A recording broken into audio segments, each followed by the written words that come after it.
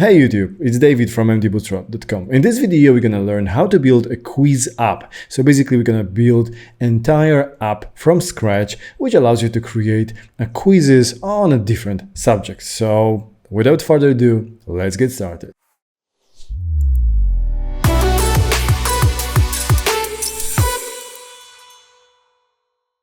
So as I mentioned, in this video, we're gonna learn how to create a quiz. So what we're gonna do, we're gonna have predefined list of questions.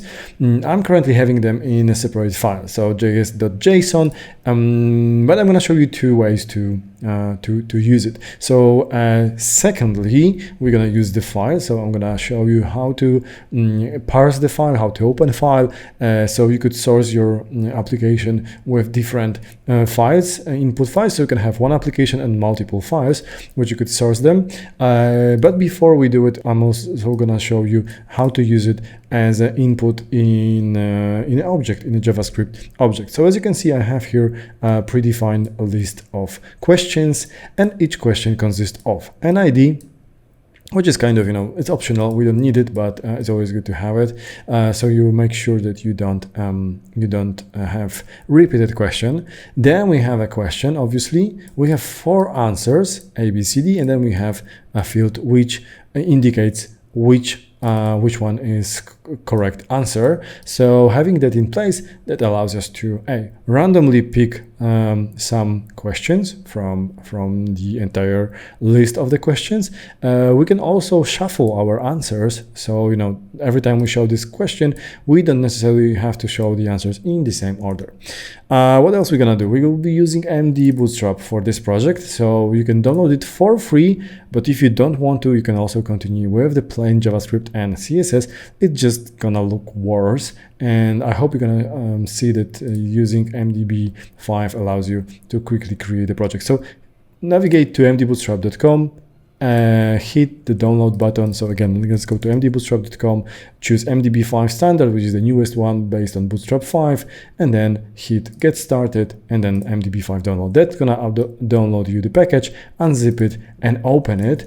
And that's as simple as this one. And these are the files, except for the js.json file, which obviously I've been there before already. I prepared it. By the way, you can download all the source files from this lesson in a link, which you're gonna find in the description down below. So you can download this as a source file for your application.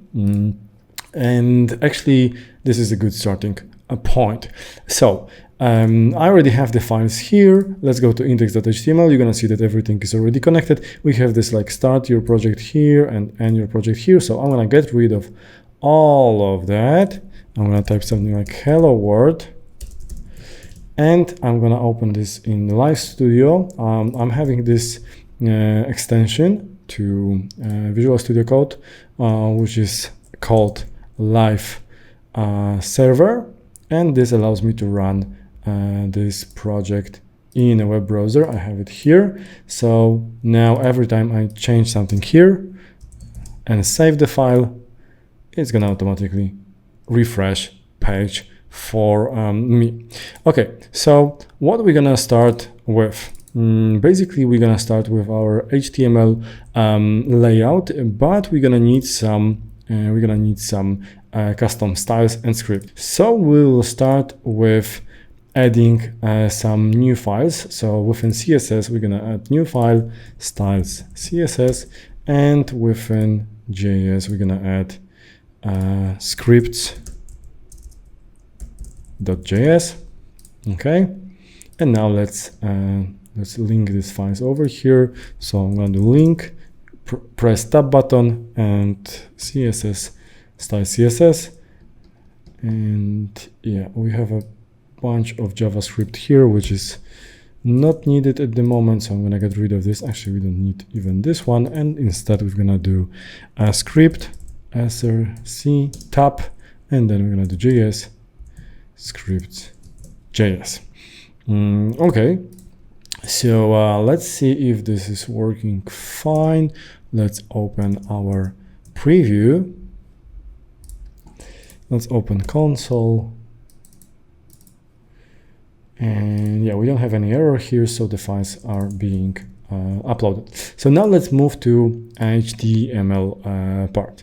Let's think what we may need.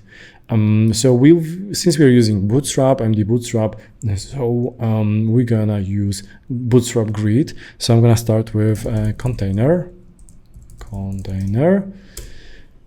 and let's have some div inside it. Let's call it intro. So this is gonna be our intro, and what I would like to have, I want to have some paragraph, and this is gonna be our counter. So this will show us basically, actually, you know what? Let's do it differently. Let's have div, which is counter, and inside this div, let's have paragraph. We're gonna call it prefix. And this is a place where we're gonna display how many questions or which question we are answering at the moment. So h1 id score, it's not score gonna be the second one. This is gonna be counter, and this is gonna be something like 1 out of 10. Okay, so this is one thing. Now we're gonna have something pretty much similar. So we're gonna have score, but I want to have it on the other side of the screen. Let me enlarge a little bit font for you.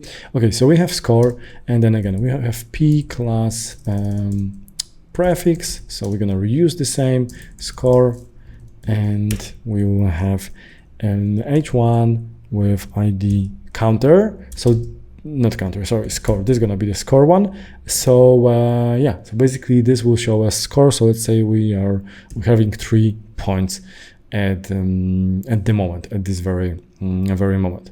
Okie dokie. So we have our intro. So there's gonna be intro part. I'm gonna show you this in a second. So this is something like this. I want to have this on the left side of the screen, this on the right side of the screen, and then below I want to have question over here and 4 answers. So now let's move farther. Now we want to have next section, and this section will be question holder. And this is also going to be row, so we'll be using Bootstrap here. And let's have call 12.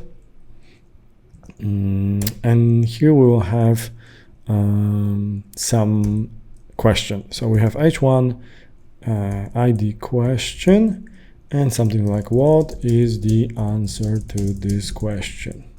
Okay, cool. So so this is our question holder, and now what I want to have, I want to have 4 answers. So what I'm gonna do, I'm gonna create a row, call 12. Probably we could work on responsiveness of this application a little bit later, but as for now, let's focus on the desktop app. So I have a column here, full size, and inside this column I want to have something like answer container, and this is also gonna utilize class card. So then again, you can do it without MDB, but with the MDB you're gonna see that you can easily add card to your element. Actually, you can easily change your div to a card. Okay, so then I'm gonna have 2 paragraphs. One is gonna be answer prefix, and we'll explain it in a second. So this is gonna be, for example, A, and then I want to have B answer text. Okay, and this is gonna be like answer A. Okay, let me show you that. So I want to have something like this, but again, I will put this next to each other. This is gonna be enlarged, so it will be like, you know, like in this quiz game. So you'll have like huge A, B, C, D, and then you will have answer text on each of the field. What I also want to have here, I want to have some attribute, custom attribute. I'm gonna call it data answer. So I would knew that this is for A. Okay. So this is answer number 1, actually this entire row. What I'm gonna do, I'm gonna copy this and duplicate 4 times, 1, 2, 3, and a 4. And now let's just change this one. This is B, and that's B. This is C, and that's C as well. I should also change this one, but that doesn't matter. We're gonna change this. We're gonna replace this text. We're gonna replace this text dynamically using JavaScript. So let's don't worry about it at the moment. And yeah, I think that's it. Okay, our HTML is kind of ready. It doesn't look great yet, so it's high time to move to our styles. So what I'm gonna do, I'm gonna start with, let me do it like this so you could see it better. So for the font, I don't like this font, so I will do it like this, body and h1. Let's change font weight to something lighter, 300. Yeah, that's cool. And now, how was this? This was, I believe, intro. Yeah, this is intro. So let's start working on intro.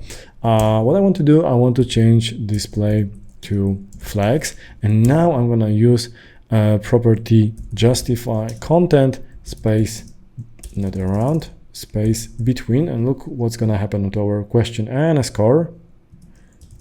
So now we have it like I wanted. So on the left and on the right side. Actually, you know what? Let's give some margin here from the top. So to the intro, or actually to the container, let's do my5.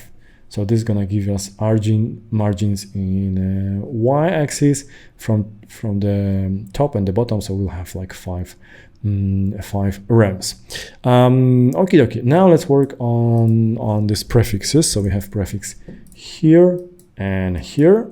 So we have prefix, text align center, get it to the center, and let's change font size to 1 rem. Okay, so now it's gonna be responsive. And now let's for this counter and score. So we'll have counter and score, and let's also align it to a center. Okay, and now for the question holder, because as you could see in our JSON file, we have some questions here, which has this new line sign here, right? This is this /r means new line. So we'll have some of them which are having like multiple lines, like here 1, 2, 3. So in that case, this could be a little bit too small. So just to make sure and prepare this space, let's set question holder height to something like, I don't know, 10 rem. So this will give us this space here. And now for answer container, right? So for this one, or actually for this one, answer container, what we want to do? We want to do something like this: display set to flags, flex direction, we will set it to initial.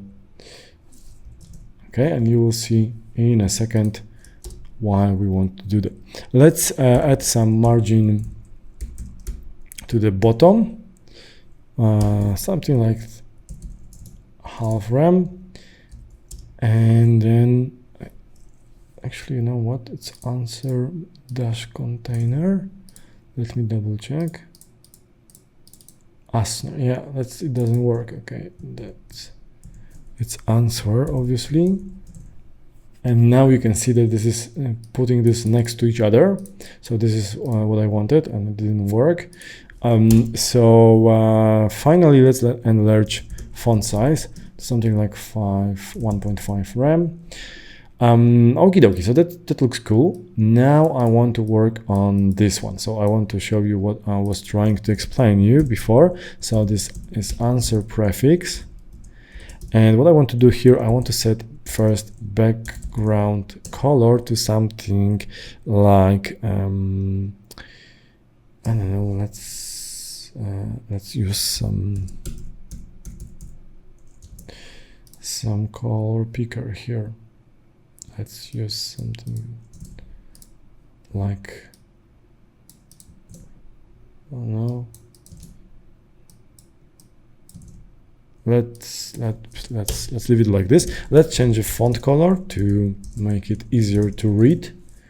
Okay, and now let's do something like this: padding 1.5 rem and 2.5 rem. So yeah, this is giving us this nice kind of button style. Actually, I would still do it a little bit lighter. Oh, that's better in my opinion. So what we want to do next, well, let's go to this part. So this was called answer text.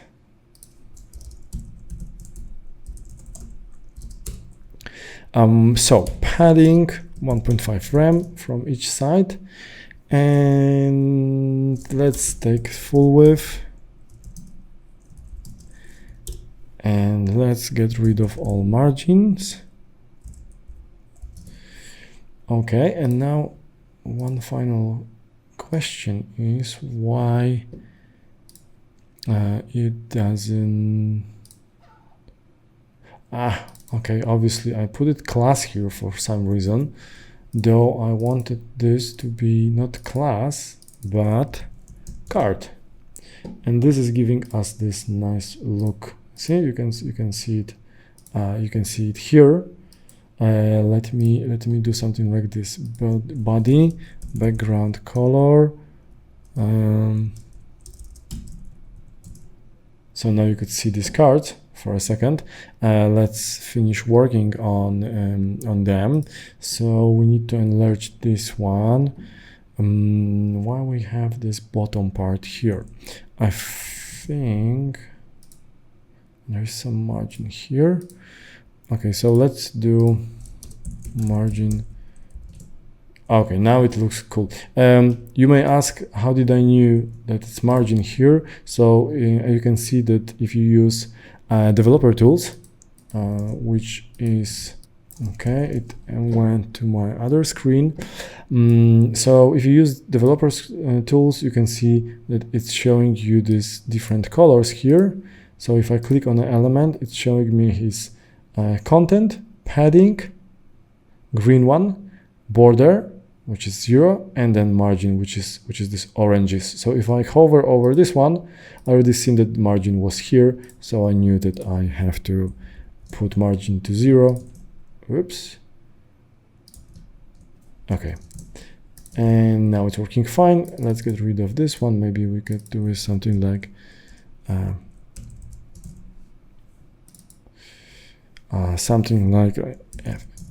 very gray, light grayish, so we could see this card better, or something like that. Okie dokie, I think we have our HTML and CSS more or less ready. Let's add some hover effect here. So when you hover over this, I wanted to have some effect, so it will just to make sure, just to give this better feel to the user that he's actually clicking on the right answer. Okay, so let's add some shadow to this. So answer container and then hover. So we can change cursor to pointer.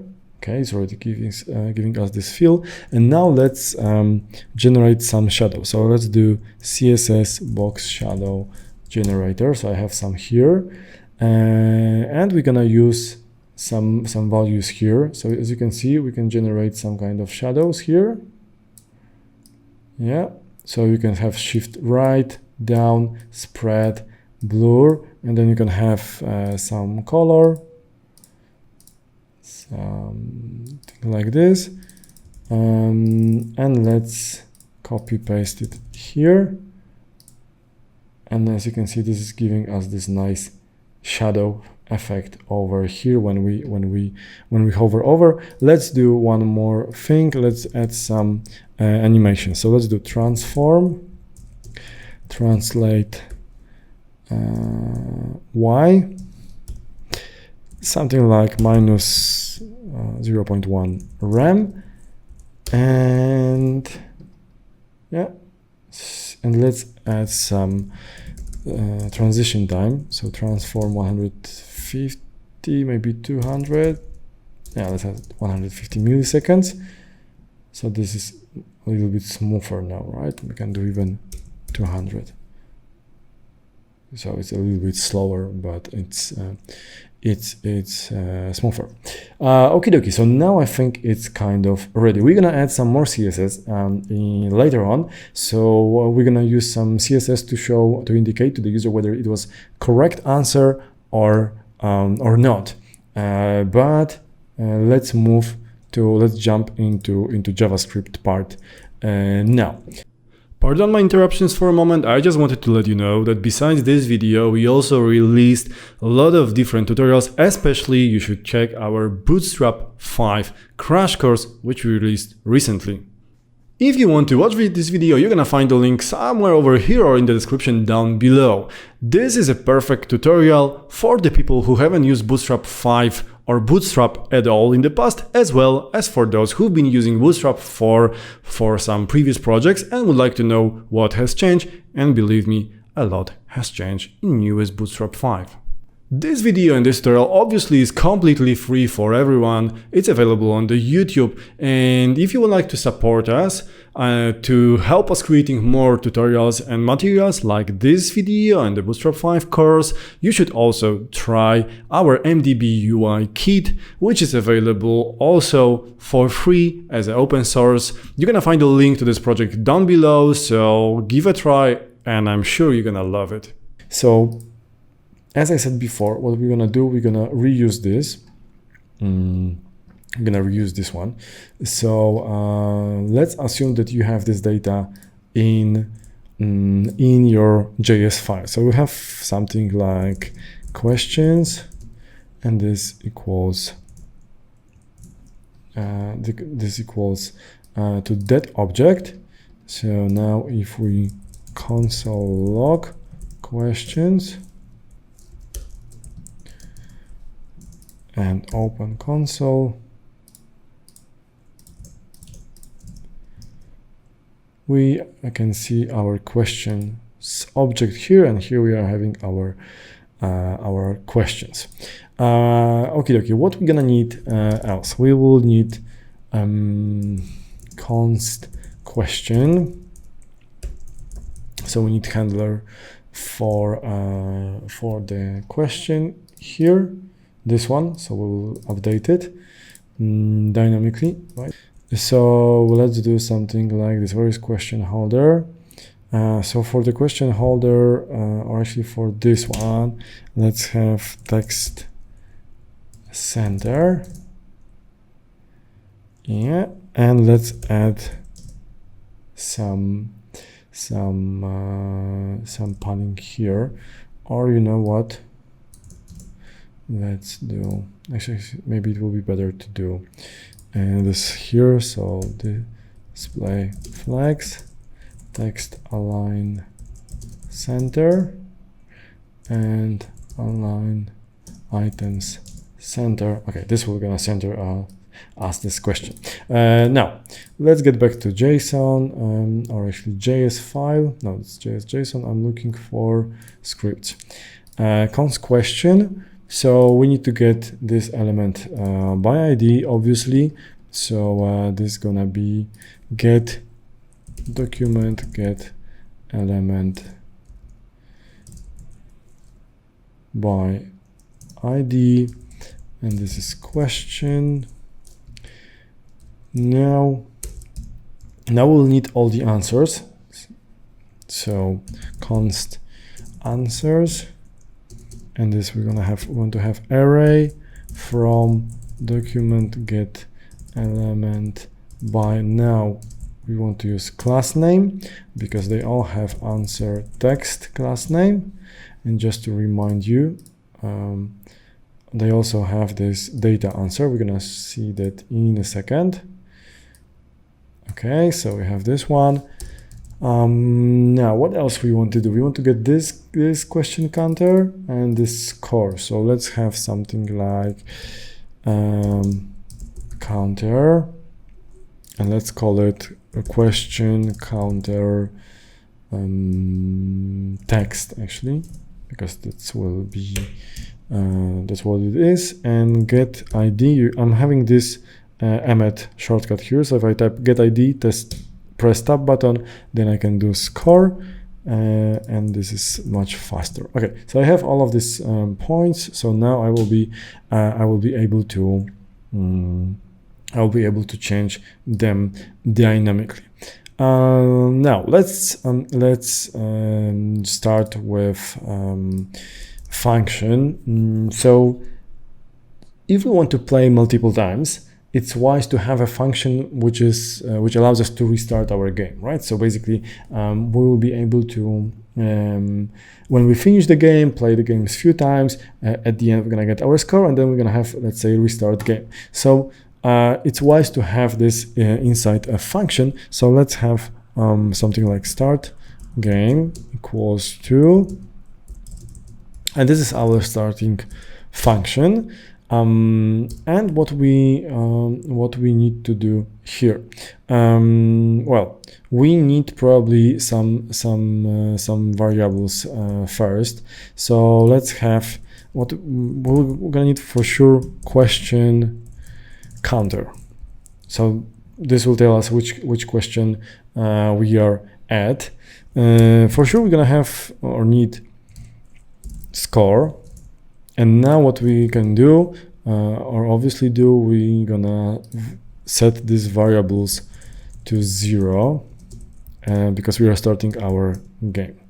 Okay, so we have these two. Now what we'll need is we're gonna need a function which gonna randomly pick up some questions from our list of the questions. So you can imagine that your file or your table or whatsoever has it's a base of 10,000 questions, but for each game you want to randomly pick some number of questions. So except for this one, I would add something like, let's call it max questions, and let's say we're gonna set it to 3 for the time being. So this is the max we need. We want to use now at the moment. Yes, and now we will have something like available questions equals, and now we will create function, let's call it get random questions, and we're gonna pass our questions and max questions. Okay, so we are passing this all questions, and in return we want to have 3 questions randomly, and we will assign it to our new variable. So now obviously we need to create this function. So let's do const get random questions, and this will accept some array and some number. Okay, now within this question, let's do following. We need to iterate through, no, actually first let's check how big is the array. So because we don't know that, right? We have the array, we don't know the size. So let's do something like length, and this let's equals to our length. Now we're gonna use that to verify whether given number isn't bigger than our array. So what does it mean? Let me do it, range error, and type something like get random questions, more elements taken than available. What does it mean? That basically means that our someone is passing, for example, array with 2 questions, but it's asking to pick randomly 3 questions out of the array which has only 2 of them. So we need to make sure that this one isn't bigger than that one. So once we have this check in place, we know that we can continue. So we're gonna shuffle now. So this is not actually the best way to like really randomly pick at the numbers, because there is certain bias over here, but for the sake of this game, it will be perfectly fine. So basically it is random, but if you would like do 1,000 and 1,000 and 1,000 of iteration, you would find that some of the questions are picked more likely than the others. So let's create shuffled, and this equals to our sort. Now we're gonna do some small trick here. So we will be using 0.5 minus math random, and I'm gonna show you what it does in a second. Now if we do it like this, we're gonna affect the original array. So this will basically shuffle the original array. We don't want to do that. We don't want to mess with the original array, so we'll make a copy of it doing this.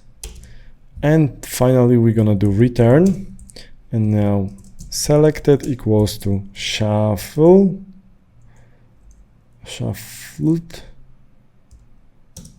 dot slice from 0 to n. So what we are basically doing, we are doing randomization in this object. So we are randomly mixing all of them, and then we are getting first n elements. Now if you wonder what it does, look at yeah, actually that's a good question to you guys. Let me know in the comments how this function works and how it makes sure that it's actually randomly picking up this question. And let's have a look at this. So let's do console log, and then we're gonna have available questions. So we're gonna see what was picked up, and let's console log before all the questions, and let's have a look. And obviously we need to call our game, so we need to do something like start game. And now look at that. So we have all 13 questions here, and then we have 3 randomly picked up. So let's have a look at this. Unfortunately, let me fix this one here quickly, so we don't have unique numbers here. So this 8, 9, 10, 11, 12, 13. Okay, and now you're gonna see that we are actually randomly picking them up. So we have now 1, 2, 3,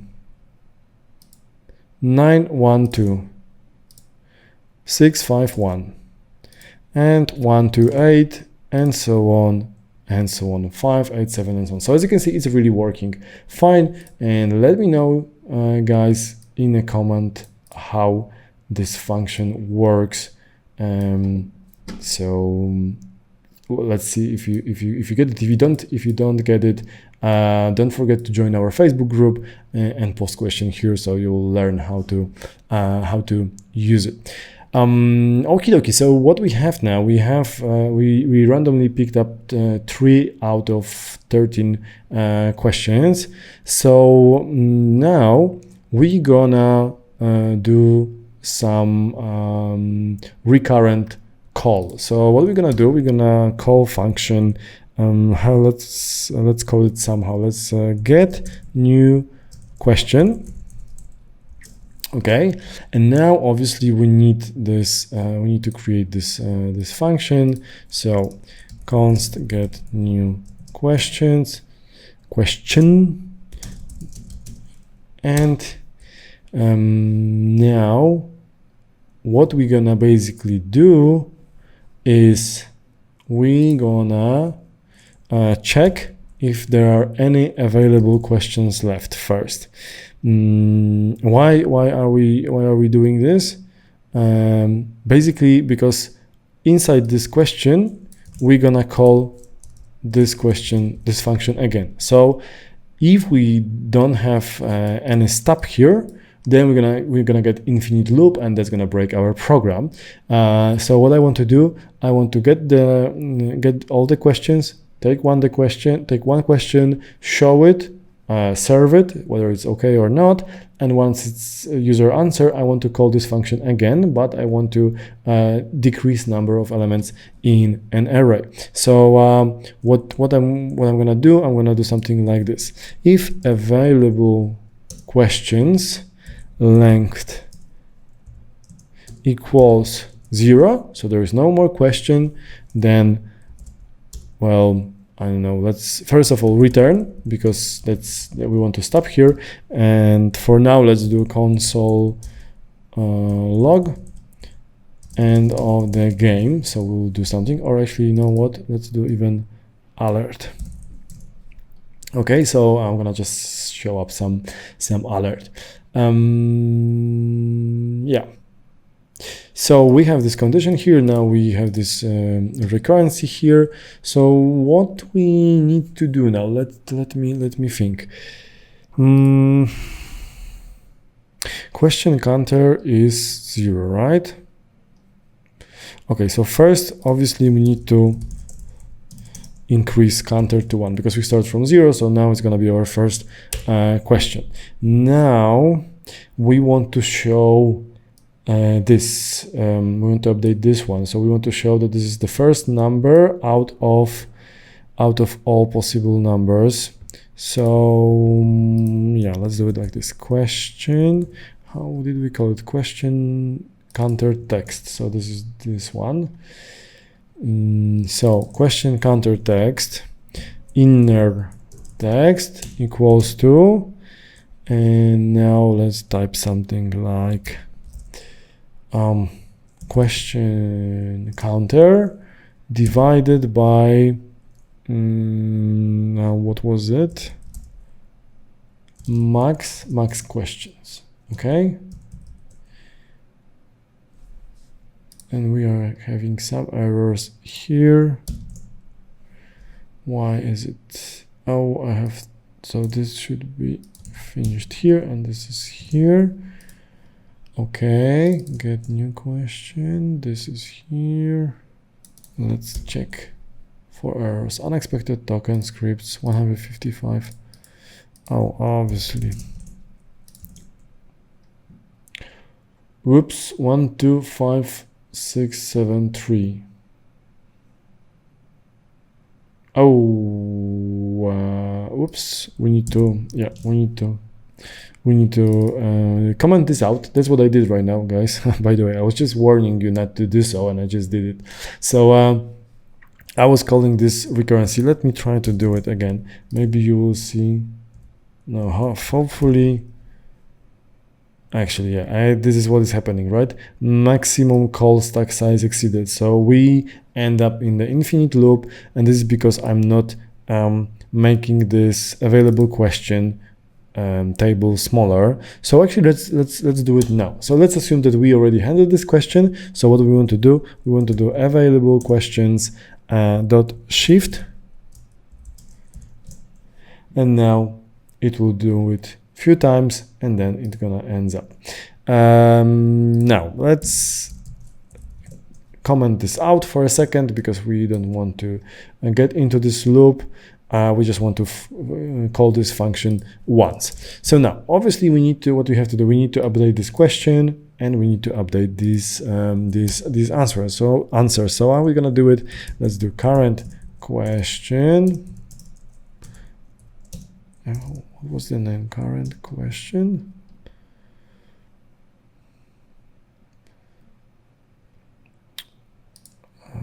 What is the name for this one?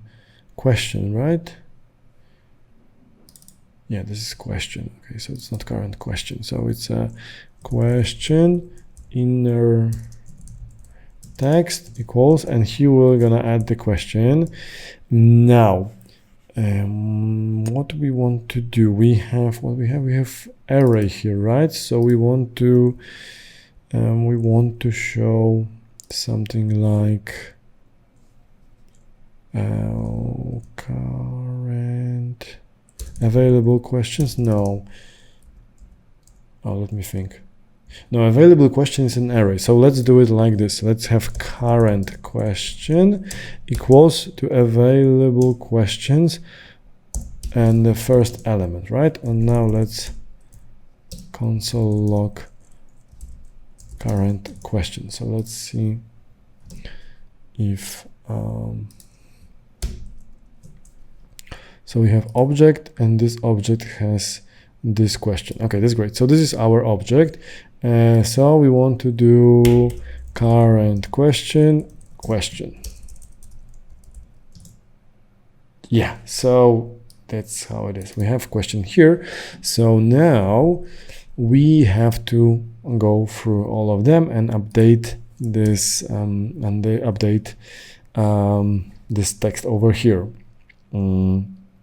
So these are answers, right? So these are answers. Let's have a look how.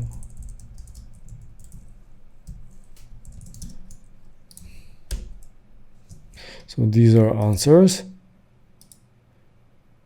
and we should see, oh, here it is, attributes, and then data answer, and this is our a value, node value a. Okay, so let's do it like this: answers for each answer, for each answer, and now answer inner text equals current question, and answer data set answer. Yeah. So from current question, which is this object, right? We are iterating through this one. So when we get first one, we know it's A. So we are putting this current question from A, right? Then for B, in the next iteration, we'll put this current question from B, which is this one. So this is the answer, and then C, and so on and so on. That's how we get this this answer here. And actually, this is the part which I mentioned to you, and I will just leave it as a to-do for you. Add randomization here. So now think of this function, how you could change it and adjust it so you could easily shuffle this, right? So every time you see this question, you will see the same answers but in a different order, and just to make sure that they are randomly displayed. But obviously you should keep in mind that although it's always A, B, C, D, but let's say this true is the answer to this question, then even if this true goes here or here, then you should keep in mind that which one is correct, so you could correctly count all the points, all the scores. Okay, so now we need to handle these clicks here, right? We want to do something when we click on it. So we're gonna add event listener, and then again we're gonna do it like this: answers for each answer, and then we're gonna create new function, and we're gonna do like this: answer add event listener. We want to do click, and we will not be calling any function. We will just immediately create the body of the function. So what we want to do here, we let's have a look what we've got here. So we have this event, click event. So we have this mouse event, right? So for now we cannot do much based on this event. So we need to somehow bind this event click to the answer we are clicking now. How can we do that? Well, let's do it. Following const clicked answer equals e target. So we are using this target property, and now when we click on it, we need to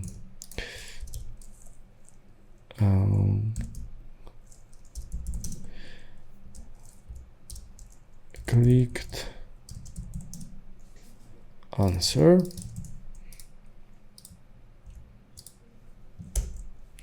And now we are getting this element which we are clicking on. Okay, so and now we want to get this answer letter here, which was clicked. So we will get this one from data set. So let's do it like this: clicked answer, data set, right? And again, let's check this one: answered letter. So we B, C, D. Oh, why it doesn't work? Whoops, we've got some error here. B, C, A. Let me see. Okay, maybe I messed up. Obviously, I messed up this one, data answer. So we have A, B, C here, and here we don't have D. Okay, so now it will be working fine. If I click it here, I will be getting D. Okay, now, by the way, you can see already one bug over here. So if I click on the answer, actually, now I shouldn't be able to click any other answer. So let's handle this one now. So let's create something like some variable which will basically which will be flag whether we are accepting answers or not. So let's do something like this: let accepting answers, and that's equals false at the very beginning. And now we'll do check like this.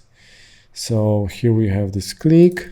So if accepting answers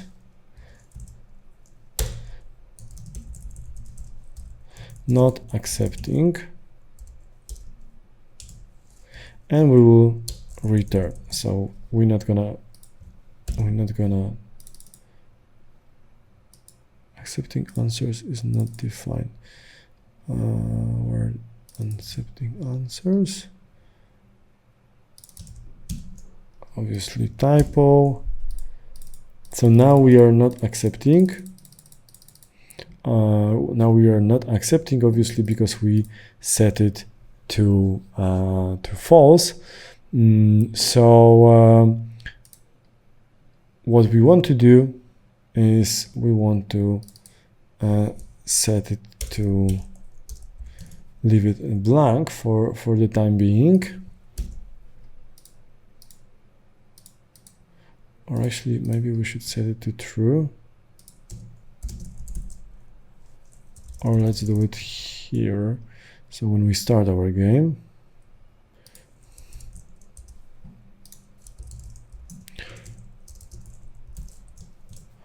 okay, so now it should work.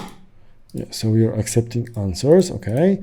And now when we click on certain answer, we want to set it to accepting answers to false, right? So now we should be able just to click on the first one, and then we are not accepting any more answers.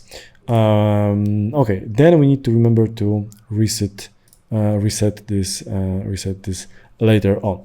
Let's get back to this one. So we know which answer was clicked right now.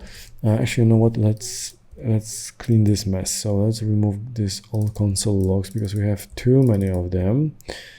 Okay. So now we know which answer was clicked. So what we're gonna do now? We need to check if answered letter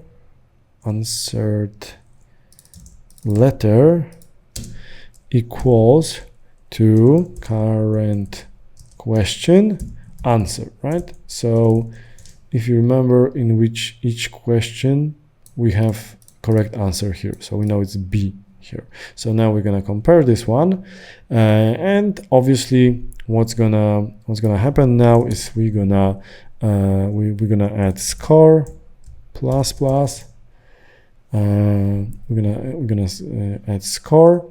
We're gonna update score text inner text equals score, and now we want to show to the user that he was right. So let's do something like this.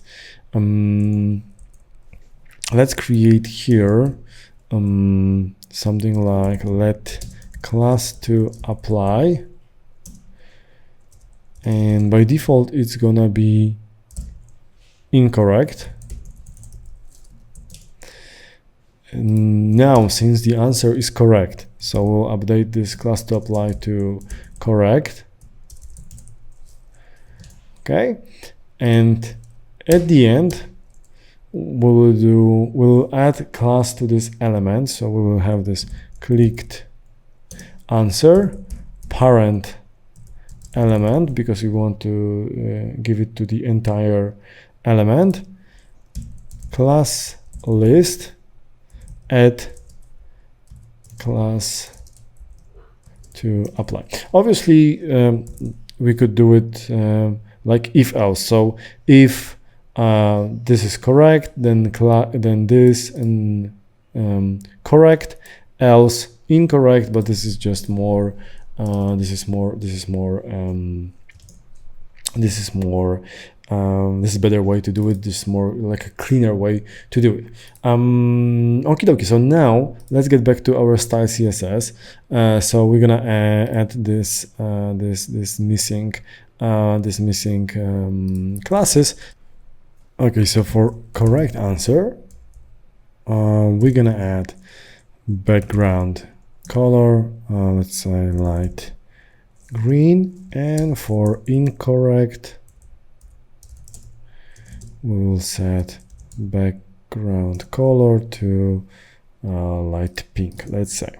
Let's test it now. So, oh, that's correct, and this is incorrect. Now, as I mentioned, we could also add some animation here. So I also leave it to you. So we could do some animation here. So when it's wrong, it should like shake or something. So that will be even more meaningful to the users. Okay, so we have almost everything in place. So now we know whether it's correct or incorrect. So the last thing which remain is to actually move to the next question. But obviously if we do it immediately, so if I call this get new question here, it's gonna be too fast, right? So I'm not gonna see whether I was correct or not. So what we're gonna do instead, we will do something like set timeout, and then we will do two things. So we're gonna call this get new question, and we also gonna remove this function, and what we also want to do is we want to now remove this do this shift. So we'll remove the question from the queue, and then we are already calling this one here. So let's have a look. So we didn't set time for set timeout. So let's say 1 second.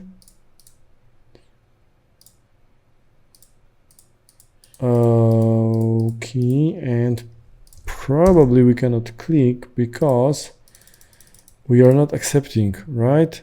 We are not accepting. So what we also need to do here is we need to set accepting answers to true. So now we should be able. So 1, 2, 3, end game.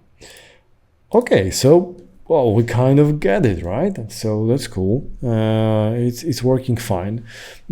So what we can do, the last thing we can actually do here, obviously there are more, but one thing which we could just to polish a little bit this application is to add something better than this alert.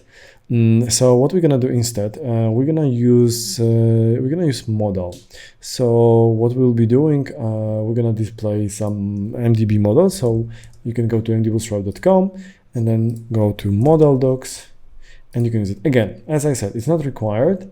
You can just stick to alert or whatsoever, but I think this is gonna be much better if we do something like this, right? So we're gonna have this model title and some text. Let's copy this basic example here. Let's add it to index.html. So we're gonna add it here. This is gonna create this model. Nice backdrop effect. As you can see, now we don't need this button because we won't be using buttons, so I'm gonna remove it. Let's call it end game. Now what we need for this one, so we don't need footer actually here, so I'm gonna, or actually, you know what, let's leave it. We're gonna leave this button, and here we're gonna say restart. Okay, we're also gonna add this dismiss. And now if we go to API tab, we're gonna see how we can actually control our model from code. So I'm gonna copy this one, and now where we've had this, so this is not accepting, so we don't need this console log anymore. This was the end game, right? So what we're gonna do here instead, we'll just call function something like display results,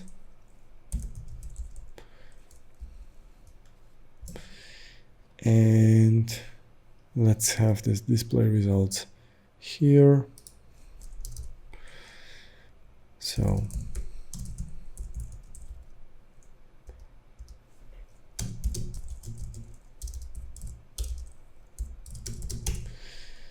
and here we will get this model. What was the name here? End game, maybe perhaps model.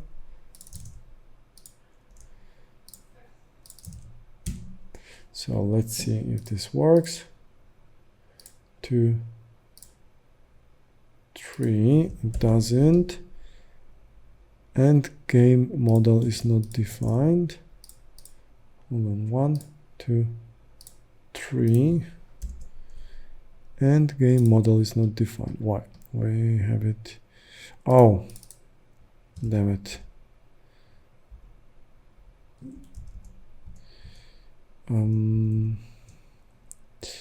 We want to change ID, not ARIA label. So let me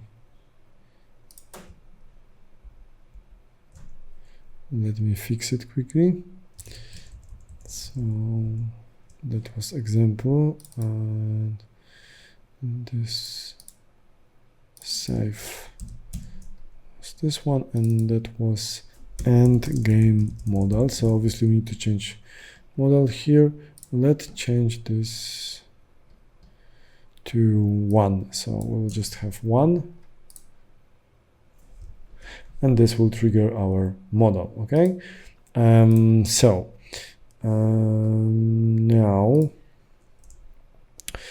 in the model we would like to have some content here. So game ended. This is body. Let's add some ID here, and let's say it's model body, and let's do something like this. Let model body, or let's do like this, get ID model body,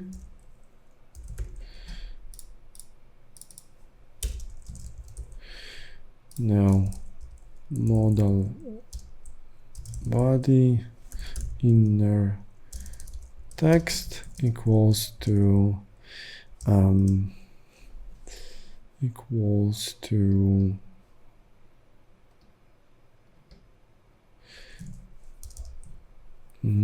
something like you scored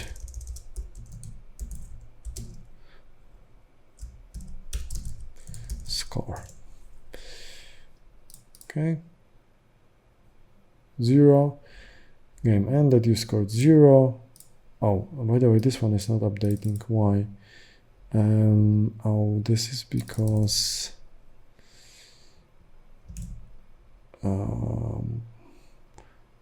we are updating. We should do it like here. Yeah, now it's 0.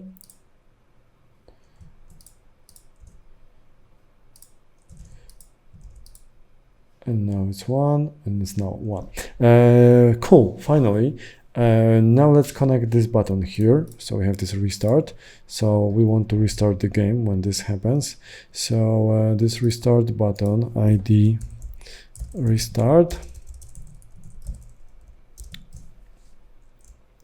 So what we're gonna do, we're gonna add this event listener to this click. So let's go here. Let's have get ID restart, and let's then add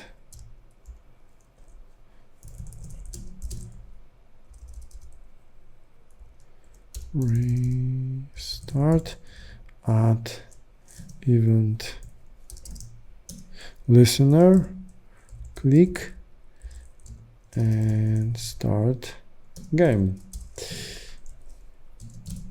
Okay, let's see if this works now.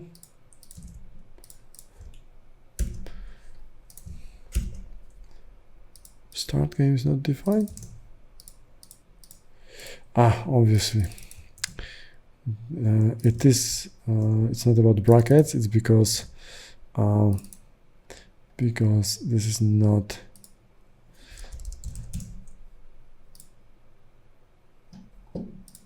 Yeah, this is because we need to move it below the definition, because it's because of hoisting, and we didn't define as a function, but as a function literal. I already explained in the previous video, so if you want to check this one, check our other videos. Cool, so we have this one here. Let's check whether it's working fine now. So let's have this max question 3, for example. 1, 2, 3. Okay, I can close. And I can restart. Actually, yeah, there is some bug here. As you could see, after closing game, I should, I should do display results. I should do this, and what was it? Accepting answer to false. Okie dokie, so this is working fine. Now, as I mentioned to you, let's do following. So let's assume we don't have these questions here, and we want to load these questions from a file. So what we're gonna do, I'm gonna create a function here, and let's call it load from file. So we're gonna load file from disk, so we're gonna use XHR for this one. So let's create XHR object first. So we're gonna set new XML HTTP request. Okay. Now let's open. So xhr.open. We will be using get. Now file name, I'm gonna hard code it here, but you could obviously use argument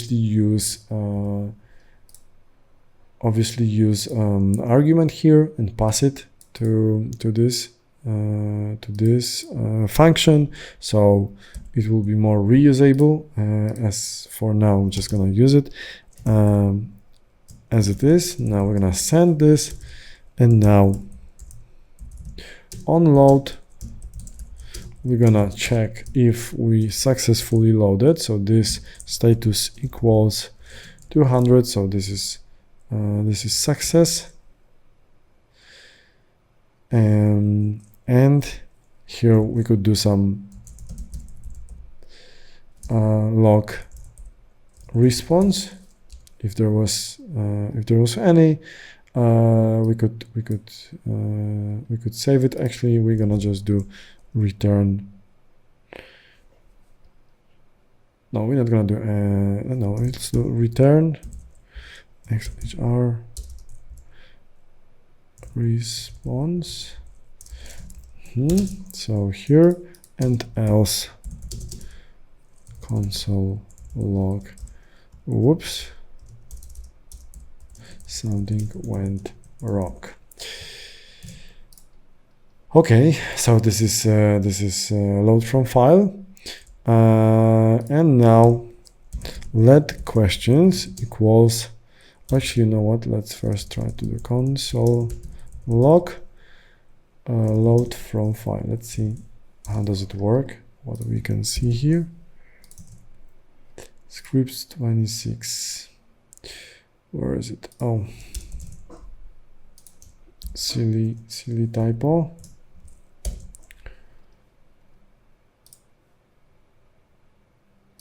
Question is not defined, obviously, but here we have this load from file, and it's not returning because why it is. Hold on, let's try to do it like this. Let questions equals JSON parse, because we have to parse our response, and load from file.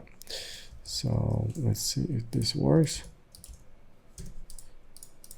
No, because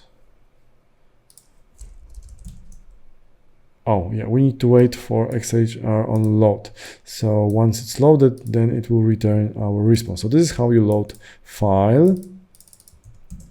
And now, as you can see, we are loading this file. So console log questions, and you can see that we are loading this file from a JS file. So now if you open network tab here, you're gonna see that we are making call all to js.json here. So this is what our application is doing. Okay, so our application is kind of, I mean, it is ready. Obviously, there are some few more points we could do, but I'm gonna leave it to you. And finally, I want to show you the last thing. So how you can easily publish your application. So I'm gonna use MDB CLI for this one. If you don't know what MDB CLI is, just go to mdbootstrap.com/CLI or to mdbgo.com, and you will learn more about this. Like entirely free tool for you. So once you install it, you just need to do mdb login. So I'm gonna log in with my username and password, and now I'm gonna do mdb publish. This will ask to create a new project, npm project. So I'm gonna use this, I can change the name. I'm gonna leave it default. I'm gonna accept all default values. And now, as you can see, within just a few seconds, CLI will basically publish this to URL, which I can just click and open, and my application is deployed to the web with all the SSL and everything what is needed. So yeah, as simple as that. As you can see, we've been creating this app for like an hour or something, and now we just deployed with single command mdb publish. So I strongly encourage you to give a try to our mdb go. Okay guys, I hope you enjoyed this video. It was quite challenging, but it was already advanced application, so I hope you follow along me. And if you have any questions, please do not hesitate to leave them down below in the comments or join our Facebook group. Let me know on a Facebook group how did you like it, and if you had any issues or questions, or you would like to customize it, also don't hesitate to put your comments there. Also remember about the homework. So we have few options here: adding animations, randomization, and a few other which I mentioned before. The entire source code is available for you in the description down below, so you can also download it. And yeah, thank you for watching, and see you in the next video.